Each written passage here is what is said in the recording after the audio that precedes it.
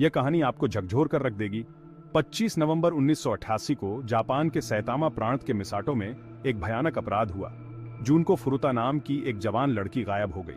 वो सिर्फ 17 साल की थी, उम्मीदों और सपनों से भरी हुई। उसकी गुमशुदगी से पूरे समुदाय में सदमा फैल गया। मिसाटो शहर शांत और सुरक्षित था। ऐसा क्रूर अपराध अनसुना था। इस जगह की शांति ने अपहरण को और भी ज्यादा चौंकाने वाला बना दिया। जुनको को ढूंढने और उसे सुरक्षित वापस लाने के लिए पुलिस पर भारी दबाव था। दुर्भाग्य से जुनको के लिए जो आगे होने वाला था वह किसी के भी बुरे सपने से भी बदतर था। इस घटना ने सभी को हिलाकर रख दिया। यह है जुनको फुरुता की कहानी, अकल्पनीय पीड़ा और उसके लिए न्याय की अथक खोज की कहानी। क्या आप जानते हैं जुनको फुरुता की दुखद कहानी? जुनको फुरुता एक होशियार और हंसमुख हाई स्कूल की छात्रा थी। 25 नवंबर 1988 को उसके जीवन ने एक दुखद मोड़ लिया। वह अपनी पार्ट टाइम नौकरी से घर जा रही थी, तभी 4 लड़कों ने उससे संपर्क किया। ये लड़के उसके सहपाठी थे, लेकिन उनके इरादे बिल्कुल भी दोस्ताना नहीं थे। उनका नेतृत्व हिरोशी मियानो कर रहा था, जो एक कुख्यात धौंसिया था।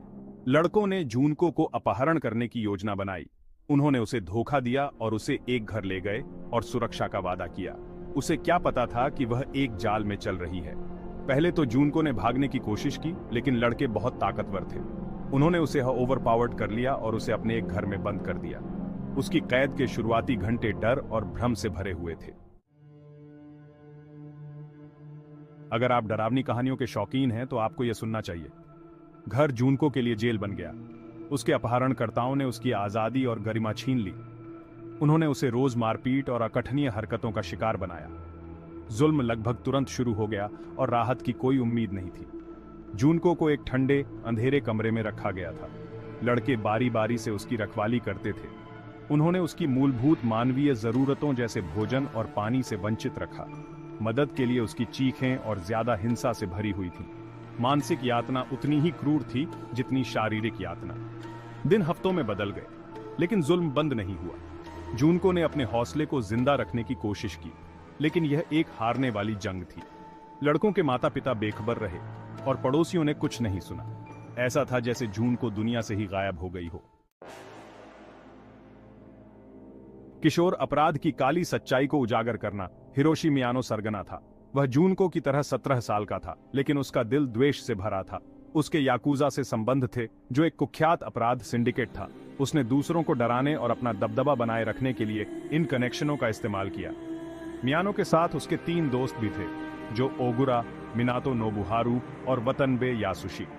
वे समान रूप से क्रूर थे। हर किसी ने जुनको को प्रताड़ित करने में महत्वपूर्ण भूमिका निभाई है। उन्हें उसे चोट पहुंचाने में कोई ऐतराज नहीं था। वे उसे अपनी क्रूर खहुशियों की वस्तु के रूप में देखते थे। उनके कार्य जानबूझकर और सोच समझकर किए गए थे। उन्होंने उसके दर्द को मनोरंजन का एक रूप माना।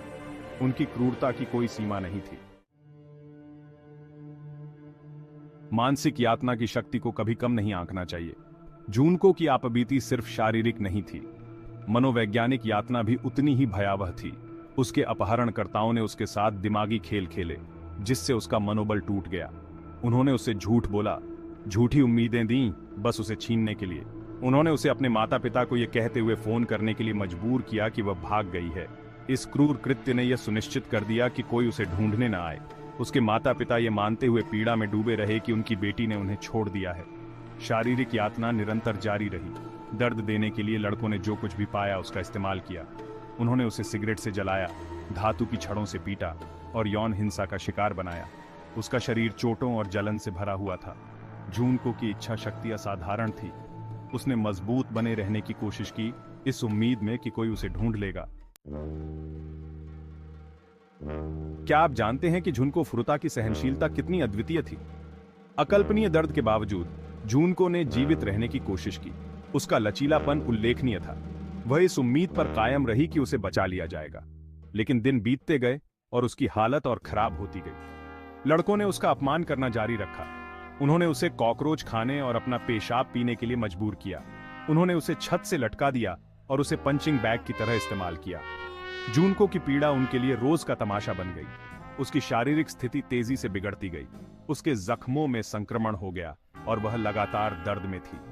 फिर भी वह जिंदगी से चिपकी रही, एक चमत्कार की उम्मीद में। झुनको का धैर्य उसकी ताकत का प्रमाण और उसके दर्द का दुखद प्रतीक दोनों था। क्या आप जानते हैं कि जुनको फुरुता ने अपने अंतिम क्षणों में कैसी अकल्पनीय पीड़ा सही? जैसे जैसे हफ्ते महीनों में बदलते गए, जुनको की हालत और बिगड़ती गई। वह अब हिलने डुलने या बोलने में सक्षम नहीं थी। उसका शरीर उसका साथ दे रहा था और उसका दिमाग टूट गया था। उसके अपहरणकर्ताओं ने कोई दया नहीं दिखाई। वे उसके साथ दुर्व्यवहार करते रहे, तब भी जब वह मर रही थी। जुनको के जीवन के अंतिम क्षण अकल्पनीय पीड़ा से भरे हुए थे। उसके अपहरणकर्ता ऊब गए और निराश हो गए। उन्होंने उसकी कमजोर अवस्था को एक झुंझलाहट के रूप में देखा। थोड़ी भी दया दिखाने के बजाय उन्होंने अपने अत्याचार और तेज कर दिए। 4 जनवरी 1987 को जुनको ने दम तोड़ दिया। उसका शरीर लगातार हो रहे अत्याचार को सहन नहीं कर सका। उसकी मृत्यु पीड़ा से मुक्ति थी, लेकिन यह एक युवा जीवन का दुखद अंत भी था। यह कहानी आपको हिलाकर रख देगी। जुनको का शव उसकी मौत के कुछ दिनों बाद मिला था। कंक्रीट के ड्रम एक सुनसान जगह पर मिला। पुलिस को सूचित किया गया और जांच शुरू की गई। उसकी यातना के विवरण ने पूरे देश को हिलाकर रख दिया। जांच में जुनको की पीड़ा की भयावहता का पता चला। पोस्टमार्टम ने उसके द्वारा सहन की गई क्रूर यातना की पुष्टि की। पुलिस ने जल्द ही संदिग्धों की पहचान कर ली। लड़कों की संलिप्तता से इनकार नहीं किया जा सकता था। उन्हें गिरफ्तार कर लिया गया और हत्या का आरोप लगाया गया। मुकदमा मीडिया की सुर्खियों में था। जुनको की आपबीती की जानकारी से जनता में आक्रोश फैल गया। क्या आप जानते हैं कि इस मामले के कानूनी परिणाम कितने विवादास्पद थे? कानूनी कार्यवाही तीव्र थी। लड़कों पर उनकी उम्र को देखते हुए किशोरों के रूप में मुकदमा चलाया गया। इस फैसले ने विवाद को जन्म दिया, क्योंकि कई लोगों का मानना था कि वे कठोर से कठोर सजा के हकदार हैं। अदालत के फैसले पर मिली जुली प्रतिक्रिया आई। हिरोशी मियानो को 20 साल की सजा मिली, जो एक किशोर के लिए अधिकतम है। जो ओगुरा, मिनातो नोबुहारू और वतनबे यासुशी को कम सजा मिली। जनता को लगा कि अपराध की गंभीरता को देखते हुए सजा बहुत कम है। मुकदमे और फैसले ने जापान में किशोर न्याय प्रणाली पर चर्चा को जन्म दिया। कई लोगों ने यह सुनिश्चित करने के लिए सुधारों का आह्वान किया कि ऐसे जघन्य अपराधों के लिए उचित सजा मिले।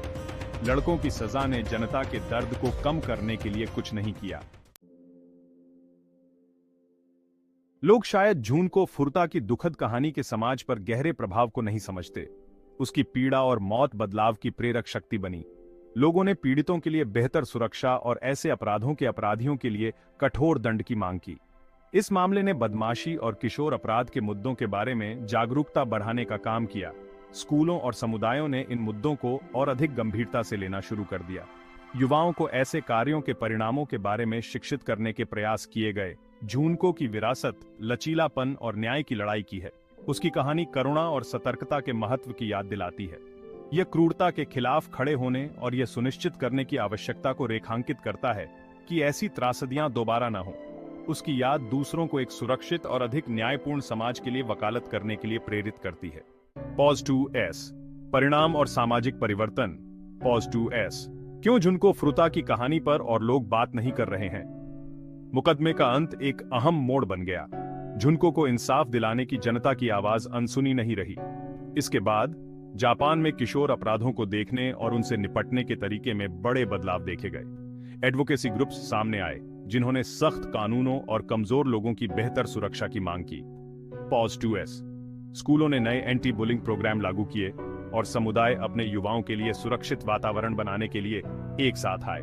जुनको फुरुता की कहानी को जिंदा रखने में मीडिया ने अहम भूमिका निभाई, ताकि उसकी तकलीफें बेकार न जाएं। पॉज 2S कानूनी सुधार लाए गए, जिनका मकसद उन खामियों को दूर करना था जो पहले युवा अपराधियों को कड़ी सजा से बचने देती थी। इस मामले ने पीड़ितों और अपराधियों दोनों के लिए मानसिक स्वास्थ्य और सहायता प्रणालियों पर भी व्यापक चर्चा छेड़ दी।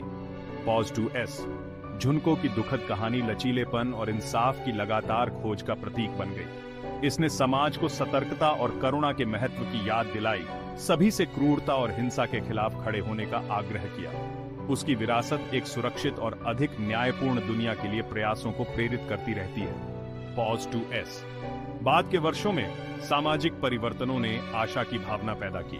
हालांकि झुनको की पीड़ा को कभी मिटाया नहीं जा सकता, लेकिन सामूहिक प्रतिक्रिया ने सुनिश्चित किया कि उसकी याद एक बदलाव की मशाल और आने वाली पीढ़ियों के लिए कार्रवाई का आह्वान बनकर काम करेगी। Pause to S. I'm sure you've heard the news. जुनको फुरुता की कहानी सिर्फ बेइंतहा दुख की दास्तां नहीं है, ये इंसानी जज्बे की मजबूती और इंसाफ की लगातार तलाश का सबूत है। उनके दुखद अंत ने समाज में आत्मनिरीक्षण को जन्म दिया और न सिर्फ जापान में बल्कि पूरी दुनिया में अहम बदलाव लाए। Pause to S. कड़े कानूनों और कमजोर लोगों की बेहतर सुरक्षा की मांग एक जोरदार आवाज बन गई, जिसकी गूंज समुदायों और संस्थानों में सुनाई दी। उनका नाम जुल्म के खिलाफ लड़ाई और एक सुरक्षित दुनिया की तलाश का पर्याय बन गया। Pause to S. स्कूलों ने बुलिंग रोकने के लिए व्यापक कार्यक्रम शुरू किए और ऐसे भयानक हादसों को दोबारा होने से रोकने के लिए मानसिक स्वास्थ्य सहायता प्रणालियों को मजबूत किया गया। जुनको की कहानी ने सामाजिक उपेक्षा के परिणामों की एक गंभीर याद दिला दी, जिससे लोगों से सतर्क और दयालु बने रहने का आग्रह किया गया। Pause to S. जैसे जैसे साल बीतते गए, उनकी विरासत प्रेरणा देती रही। उनकी याद में समर्पित स्मारक, डॉक्यूमेंट्री और शैक्षिक कार्यक्रमों ने यह सुनिश्चित किया कि जुनको फुरुता को कभी भुलाया नहीं जाएगा। वह आशा का प्रतीक और बदलाव का उत्प्रेरक बन गई, जिसने इंसाफ और मानवता के लिए एक सामूहिक प्रतिबद्धता को आगे बढ़ाया। Pause to S. आने वाली पीढ़ियों के लिए जुनको की विरासत लचीलेपन की मशाल के रूप में और एक शक्तिशाली याद दिलाती है कि सबसे अंधेरे समय में भी मानवीय भावना गहन परिवर्तन ला सकती है। उनकी कहानी कार्रवाई का आह्वान है, जो हम सभी से ऐसी दुनिया बनाने का आग्रह करती है जहां ऐसी त्रासदियों को सिर्फ याद ही नहीं किया जाता बल्कि रोका भी जाता है। Pause to S. जुनको फुरुता को याद करके हम एक सुरक्षित, अधिक दयालु दुनिया की लड़ाई जारी रखते हुए उनके जीवन का सम्मान करते हैं। उनकी विरासत एक गंभीर वादा है कि हम इंसाफ के लिए प्रयास करेंगे और उनकी कहानी से मिले सबक को कभी नहीं भूलेंगे।